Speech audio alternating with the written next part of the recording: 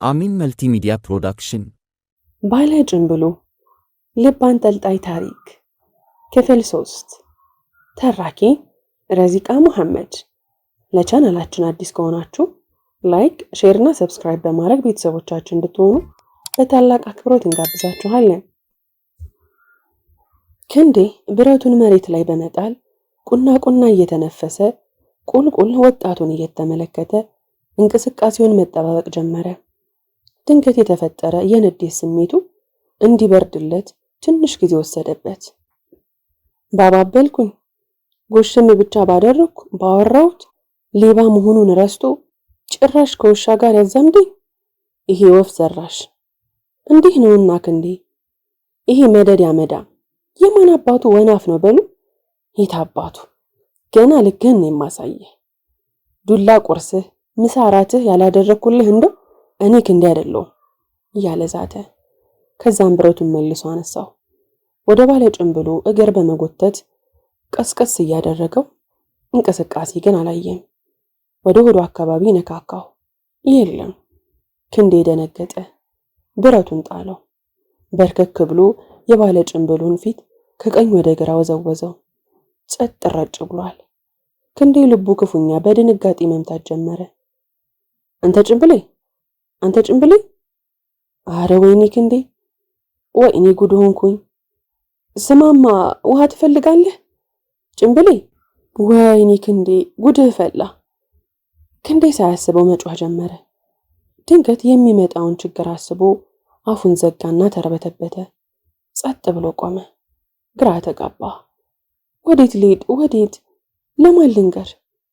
ለአቶ ይፍሩ ልደውልለት? አረ በጭራሽ። ጠብቅ እንጂ ግደል አላሉኝ። አረ እኔንም ያጠፉኛል። ምን ላድርግ? የሰው በእጄ ጠፍቷል። የሰማዩም ይቀር አይለኝ። እጅ ልስጥ እንዴ? ክንዴ መጋዘን ውስጥ ተሽከረከረ። እንዴት ብሎ ከገባበት አጣብቂኝ መውጣት እንዳለበት ግራ ገባው። በመጨረሻ ማምለጥ እንዳለበት ወሰነ። እናም በጎን የተኛውን ወጣት ለመጨረሻ ጊዜ ተመለከተው። የሹራብ ጭንብሉን ከወደቀበት በማንሳት ወደ ወጣቱ ቀረብ ብሎ ፊቱን ሸፈነለትና ይቅር በለን ብሎ እንባ እያለው በጓሮ በር በኩል ወጥቶ ሄደ። ክንዴ ሄደ። ከራሱ ጋር እያወራም ተጓዘ። አቶ ዩሱፍ ከልጃቸው ጋር በሱቃቸው ውስጥ ቁጭ ብለው ያወራሉ። ወሬያቸው ሁሉ ምክር አዘል ነው። ምግባራቸው ጥሩ ካልሆኑ ልጆች ጋር አጥተዋል። ሁሌ ልጅነት የለም። አንተ ነህ የኔ ንብረት ወራሽ። ሌላ ማን አለኝ? የመጀመሪያ ልጅ ነህ። እኔ አንድ ነገር ቢገጥመኝ እናትህን እህቶችህን ጭምር አንተ ነህ የምትመራው። እኔ የምትቀርባቸው ልጆች ብዙም ደስ አይሉኝም። በተለይ ጀማል ከጥሩ ልጆች ጋር አላየው። እንደ አባቱ የተከበረ ሰው ነው። ልጁን ግን ቀልብ አይወደውም። ምናምን አብዲ በሆዱ ይህንን ምክር ግልባጭ ላንተ ቢደርስልኝ የተከበርከው አባቴ፣ ከኔ ይልቅ ለራስህ ስነ ምግባር በተጠነቀቅ። ብቻ አንተ በምትሰራው ህገ ወጥ ስራ ወደፊት ምን እንደሚደርስብን ሳስበው ይጨንቀኛል። እንደው አባባ ምን ስትል ነው እነዛ ጋጥ ወጥ ጓደኞችን ያደረከው? አንተ ራስህ አላህ የማይወደውን ስራ እየሰራ እኔን መምከርህ ከነ ጓደኞችህ ወንጀለኛ ነህ አባባ ይላል አብዲ። አብዱ እንደው ባለፈው መጋዘን ስለገቡ እቃዎች ከሰዎች ጋር አውርተህ ነበር እንዴ? አሉ አቶ ዩሱፍ በመጠራጠር። አላወራውም። እኔ አባባ አንተም ሆንክ ጓደኞች ስለምትሰሩት የተለያየ ህገወጥ ስራ አይመለከተኝም። አላህን ካልፈራችሁ ቀጥሉበት፣ እሱ ይከፍላችኋል አለ አብዲ የአባቱን አይን አውጣ ንግግር እያናደደው። ምን አልክ አንተ? የምን ህገወጥ ነው የምትለው? አንተ የማትረባ። አቶ ይፍሩ የተከበረ ሰው ነው። እድሜ ለሱ ይህንን ሁሉ ሀብት ያፈራሁት ከነሱ በመሻረኪ ነው። ይርጋም ቢሆን እንዴት አባህ ነው ቆይ የምትናገረኝ? አባትህ እኮ ነኝ። ተንደላቀ በመኖርህ ጥጋብ ፈላብህ እንዴ? አሉ አቶ ዩሱፍ እንደመነሳት ብለው። አሁን እየጠየቅኩ ያለሁት መጋዘን ሄደህ አስተካከል ነው ያልኩ። ጓደኛዬ አብሮት ነበር ብሎኛል ብለህ ይዘኸው ከሄድከው ልጅ ጋር በእቃው ጉዳይ ላይ አውርተሃል? አሉ እጃቸውን ለዱላ እንደማዘጋጀት እያሉ። ምንድነው ዛሬ ስላለፈ የመጋዘን እቃ ዛሬ የምትጠይቀው? አልገባኝም። ችግር አለ? ህገወጥ ነው እና ጊዜው ያለፈበት መሆኑ ታወቀ? ምንድነው ስለሱ ይህንን ያህል? ሌላ ብዙ ስራ ነበራችሁ? ለምን ስለሱ ብቻ? ቱጋለ አብዲ። አፈር ብላ። ማንን ነው ይዘህ ሄድከው? የዛኔ በጥፊ ያላሱት። ከአዳም ጋር ነው ሄድኩት አለ አብዲ በንዴት። ደግሞ ማን ነው አዳም? እታች ሰፈር ያለው። ማን ነው እሱ? ታች ሰፈር ስንት ሰው አለ? የማን ልጅ ነው? ምንድነው ከመጋዘን የጠፋ ቃል እንዴ? አለ አይደል? ለዛ ነው ወዲያው የተሸጠው። ድርሻችሁን ተከፋፍላችኋል? ምንድነው የምትለኝ? እሱ አብሮኝ ሄደ እንጂ ምንም የሚያውቀው ጉዳይ የለም። ችግር ስላለባችሁ ያገኛችሁትን ከመጠርጠር ወደ ኋላ አትሉ አለ አብዲ በቁጭት። አንተ አህያ የጠየቅኩን ብቻ መልስ። ማን ነው አዳም? የአቶ አይሉ ልጅ ነው። አይሉ አቶ ዩሱፍ ለማስታወስ እየሞከሩ። አይሉ የወይዘሮ ጽጌ ባለቤት? የትጌ ጽጌ ልጅ ከመንትዮቹ አንዱ ነው። በጣም ጥሩ ስነ ምግባር አላቸው ስትለኝ ነበር። እንግዲህ በአንተ ሀሳብ መሰረት ከነ ጀማል ጋር ትቼ ከመንትዮቹ ጋር ጓደኛው ሆኛለሁ። አሁን ደስ አለ? በትዕቢትና በንቀት አባቱን እያየ ተነፈሰ። በአላህ አንተ ምን እያልክ ነው? አሉ አቶ ዩሱፍ። በቃ እንደዛ ነው። እንደውም ሰሞኑን አዳም ጠፍቶ እየፈለግነው ነው። እንኳን ስለ እናንተ መጋዘን ቁብ ሊኖረው ቀርቶ አለ አብዲ የአባቱን ባልሆነ ነገር ራሳቸውን ችግር ውስጥ ማስገባታቸው እያሳመሙ። እባክህ አባቴን ከገባበት ችግር አውጣው ፈጣሪ። አቶ ዩሱፍ በሰሙት ነገር ክፉኛ ደነገጡ። ያ አላህ፣ ያ ይፍሩ አሰርኩት የሚለው ልጅ አዳም እንዳይሆን ብቻ። አረ ጎዶኛለሁ። አብዲ ምን አይነት የልጅ ክፉ ነው? ገና ለገና ጓደኛ አገኘሁ ብሎ ስለ ሁሉም ነገር ለልጁ ነገረው እንዴ? ጉዴ ነው። ባለ ጭንብሉ አዳም ከሆነ ይፍሩ ለኔም አይተኛልኝ። ሆነ ብዬ እንዳደረኩት ነው የሚሰማው። በቃ ጉዴ ፈላ። ግን ጥርጣሬ እንጂ ላይሆንም ይችላል። ምን ነው አባዬ የፈራህ ትመስላለህ? አዳም እኮ ዱርዬ አይደለም። ምንድነው ይህንን ያህል? አለ አዳም ቢያናድዳቸውም ትካዜያቸው አሳስቦት። አቶ ዩሱፍ ጥሩ ስሜት አልተሰማቸውም። ወደ ወንበራቸው ተመልሰው ሸብሸብ እንደማለት ብለው ተቀመጡ። ስቅቅ ጭንቅ አሉ አቶ ዩሱፍ። ፍርሃት ተሰማቸው። ባለ ጭንብሉ አዲሱ ዘበኛ በመንገደኛው ሰው የነገረውን ወሬ ተከትሎ የግቢውን አጥር ዞረው። ነገር ግን ምንም አይነት ፍንጭ ማግኘት አልቻለም። ምኑ ሰካራም ነው እያለ ወደ ቦታው ተመለሰ። ሲመለስ ሰውየውን የግቢው በር አካባቢ እንደቆማየው። ምን አባቱ እኔን አዘናግቶ ወደ ውስጥ ለመግባት ይሆን እንዳላመው አለመጠራጠሬ ብሎ ዱላውን እያስተካከለ ተጠጋው። አሃ ምን አስበ ነው? በል ዱላህን ሰብሰብ አድርገው። እኔ የረዳሁ መስሎኝ ነው እንጂ አለው። ምን ትረዳኛለህ? ዘሬ መፍጠረ ነው ባንተ ቤት?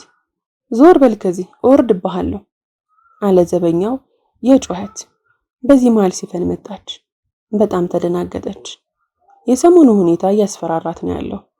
ይሄ ሲጨመር ቀጥታ አያያዘችው። እናም ወደ ዘበኛው እጇን እያወናጨፈች እንዳያደርገው አስጠነቀቀች። ምንድነው ሲሳይ? ምን ነካ? ችግር አለ? ጠየቀች ሲፈን ሰውየውን እየተከላከለችለት። አረ በጓሮ ውስጥ ሲወጣ አየሁ ብሎ ሊያዘናጋኝ ሞከረ። ምን እንደፈለገ አልገባኝም። ቆጣ አለ ዘበኛው። አረ እውነቴን ነው። በጓሮ አንድ ሰው ልክ እንደሰረቀ ሰው እየተጣደፈ ሲወጣ ይቼ ነው አለ መንገደኛው። ምን አይነት ሰው? ሲፈን ሰውየውን በድንጋጤ በጥያቄ አፋጠጠችው። የሆነ ጎልማሳ ቢጤ ነው። ሰውነቱ ደልደል ያለ ነው። ጥቁር ጸጉሩ መለጥ ያለ አለ መንገደኛው ሰውየውን ለመግለጽ እየሞከረ። በየት በኩል ነው ያየኸው? ወዴት ነው ሄደው? ሲፈን ክንዴ ነው አለች በውስጧ። ወዲያው እነሱን ትታ እየከነፈች ወደ ጓሮ በር እየተጠጋች ስትደርስም በጽድ የተሸፋፈነው በር እንደነበረ ነው። ወደዚህ ከመጣች በጣም ብዙ ጊዜ ሆኗታል። ምን ስፈልጋ ትመጣለች? ሲፈን በሩን ገፋ አደረገችው። ብዙ አላስቸገራትም። ወደ ውስጥ እየፈራች ገባች። ሰውነቷ ሽብር ብሎባታል። የመጋዘኑን ዙሪያ ቃኘች። አንዳች ነገር ተዘርሮ ያየች መሰላት። ጨነቃት። አፏ አደረቀ። ለማረጋገጥ እየቀረበች ወደሱ ስትጠጋ ሰው ነው። በድንጋጤ አፏን ከፍታ ቀረች። ባለ ጭንብሉ በጸጥታ ተዘርሯል። ሰውነቷ ተንቀጠቀጠ። ቀዝቃዛ ላብ ከወደ ጀርባዋ ሲወርድ ተሰማት። ወደ ኋላዋ እያፈገፈገች ሲሳይ ደርሶ ያዛት። ከዛም እሱም የወደቀውን ሰው አይቶ በድንጋጤ ክው ብሎ ወደ እሷ መልሶ በጥያቄ አስተዋላት። ሲፈን ከሩቅ የሚመጣ ድምፅ በሚመስል ሞቷል አለች።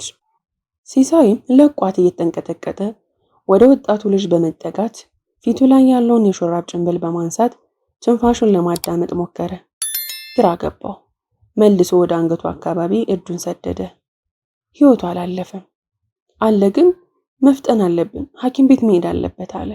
ሲፈንም እንደ መባነን እያለች እውነት? ቆይ አንተ በምን አወክ?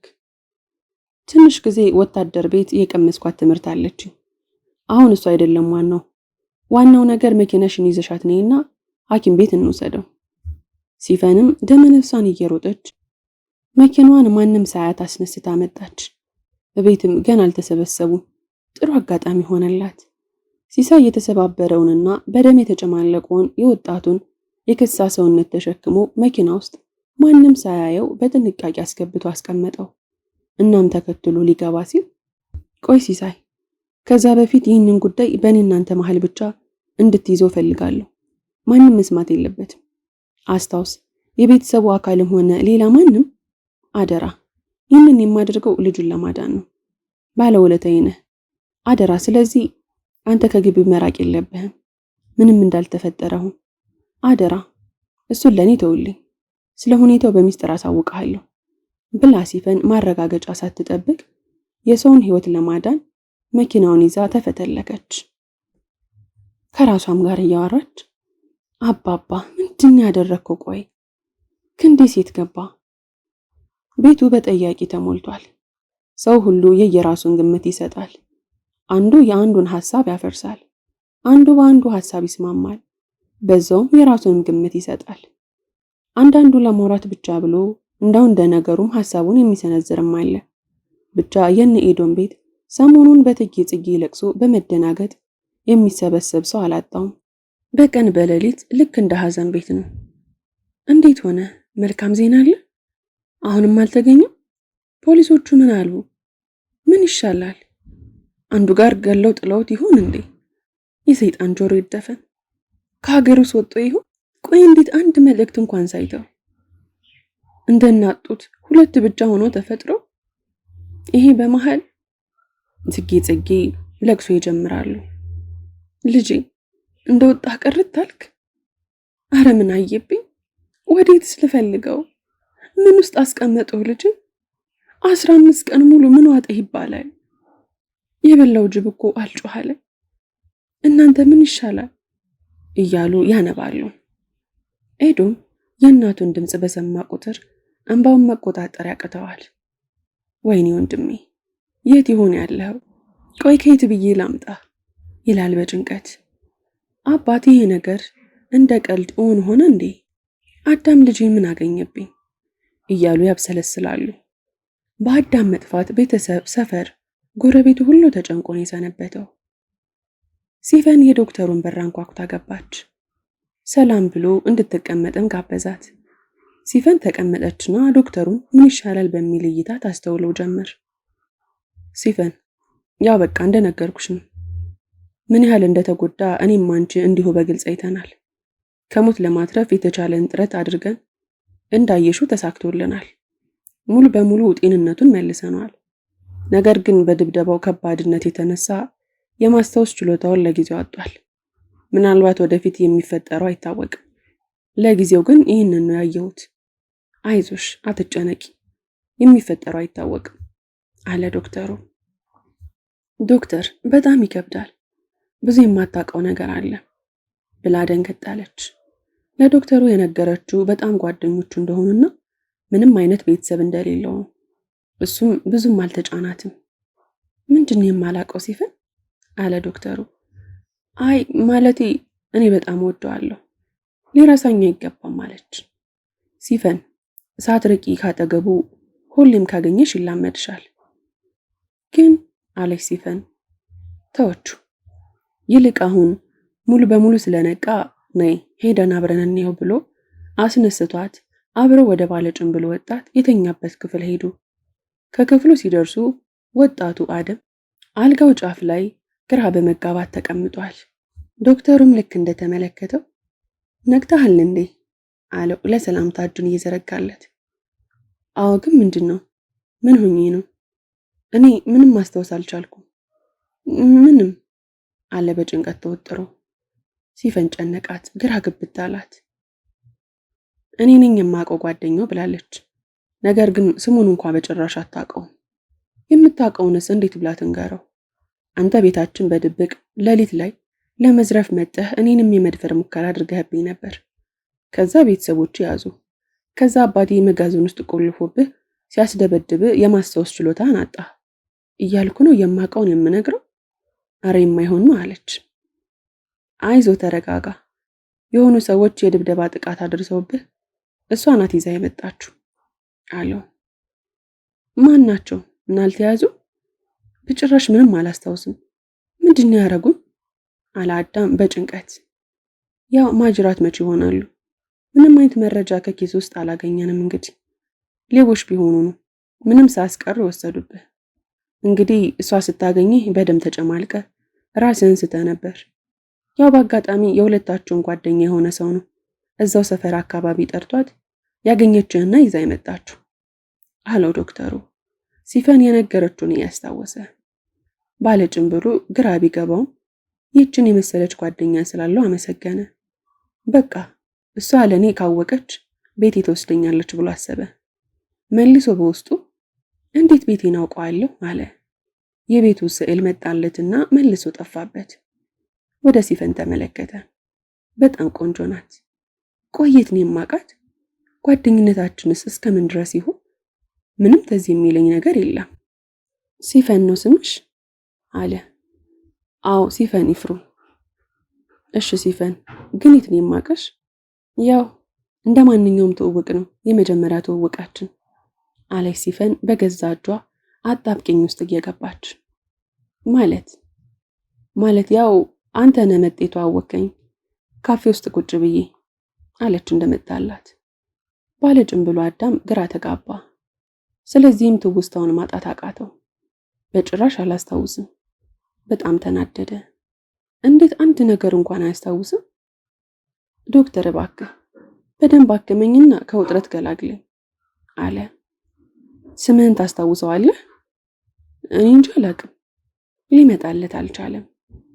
ዶክተሩ ሲፈንን ይዟት ራቅ በማለት እኔ እምልሽ ምን ይሻላል?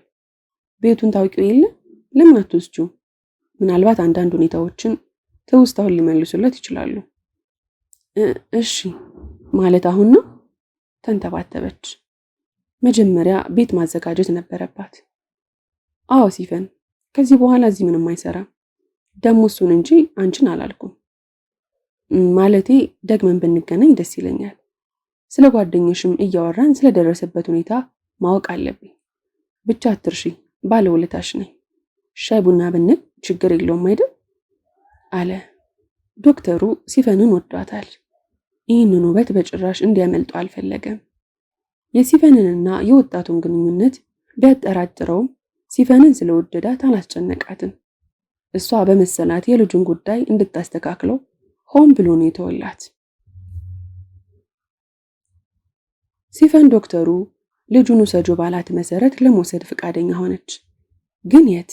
ግራ ገባት። ምንም አጠራጣሪ ነገር እንዳይኖር ፈልጋ ነበር። እንዴት ግራ ተጋባች? ቤት ይዛው ሄዳ አባቷና እናቷስ? እሱን አሰበችና ተጨነቀች። በመጨረሻ በጣም የምትቀርባት ጓደኛዋ ላይ ተስፋ ጣለች። ለጊዜው ለሌሎች ውሸቶች እስክትዘጋጅ እናም ወደ ጓደኛዋ ደወለች። ግን አታነሳም።